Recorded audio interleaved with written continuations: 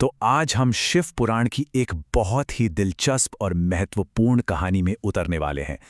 ये कथा रुद्र संहिता से है, जो हमें बताती है कि कैसे एक देवी ने एक देवता की परीक्षा लेने का फैसला किया और उस एक फैसले ने पूरे ब्रह्मांड की कहानी को ही बदल कर रख दिया। सोचिए, क्या होता है जब अविश्वास का एक छोटा सा पल जन्म लेता है। आज की हमारी पूरी कहानी इसी एक सवाल के इर्द गिर्द घूमती है। एक ऐसा फैसला जिसके परिणाम बहुत दूर तक जाने वाले थे। चलिए इस कहानी की गहराइयों में उतरते हैं। तो कहानी की शुरुआत होती है दंडारण्य के घने जंगलों से। भगवान शिव और देवी सती यूं ही घूम रहे थे और तभी उनकी नजर एक ऐसे नजारे पर पड़ती है जिसने सब कुछ हमेशा के लिए बदल दिया। जरा सोचकर देखिए वो मंजर। श्री राम अपनी पत्नी सीता के वियोग में बिल्कुल टूट चुके हैं, जंगलों में भटक रहे हैं, उन्हें पुकार रहे हैं, एकदम एक साधारण इंसान की तरह दुख में डूबे हुए। लेकिन तभी कुछ अलग होता है। शिव अपनी दिव्य दृष्टि से वो देख पाते हैं जो कोई और नहीं देख पा रहा था। वो राम के इस मानवीय दुख के पार देखते हैं और फौरन पहचान जाते हैं कि ये तो स्वयं भगवान विष्णु के अवतार हैं, और वो उन्हें श्रद्धा से प्रणाम करते हैं।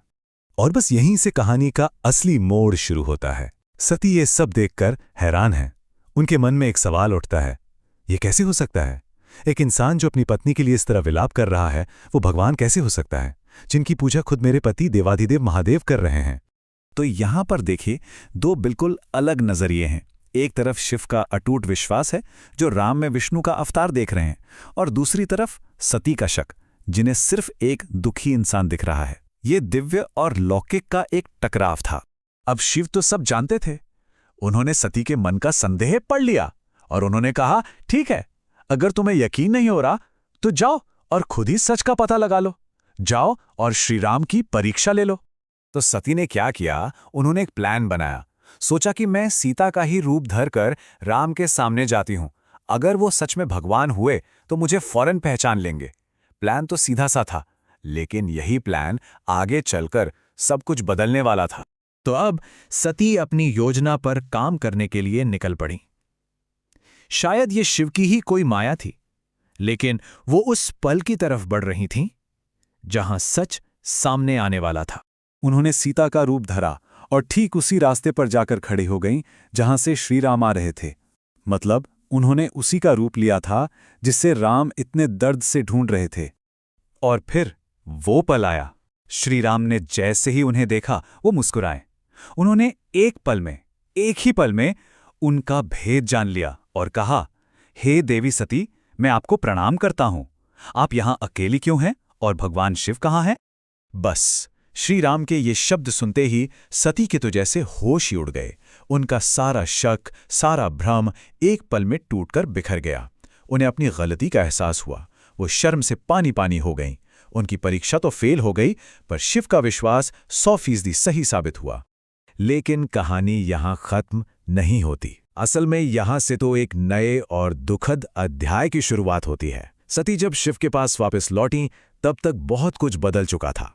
सती के पास कहने को कुछ था ही नहीं। वो बस चुपचाप सिर झुकाए खड़ी रहीं। पर शिव से क्या छिप सकता था?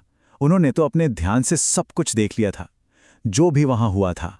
अब आगे जो हुआ उसे समझने के लिए एक शब्द समझना जरूरी है, प्रतिज्ञा।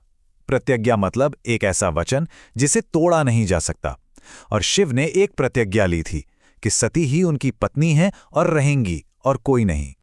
और यहीं पर एक बहुत बड़ी मुश्किल खड़ी हो गई, क्योंकि सती ने सीता का रूप धारण किया था और शिव सीता को अपनी मां के समान पूजते थे।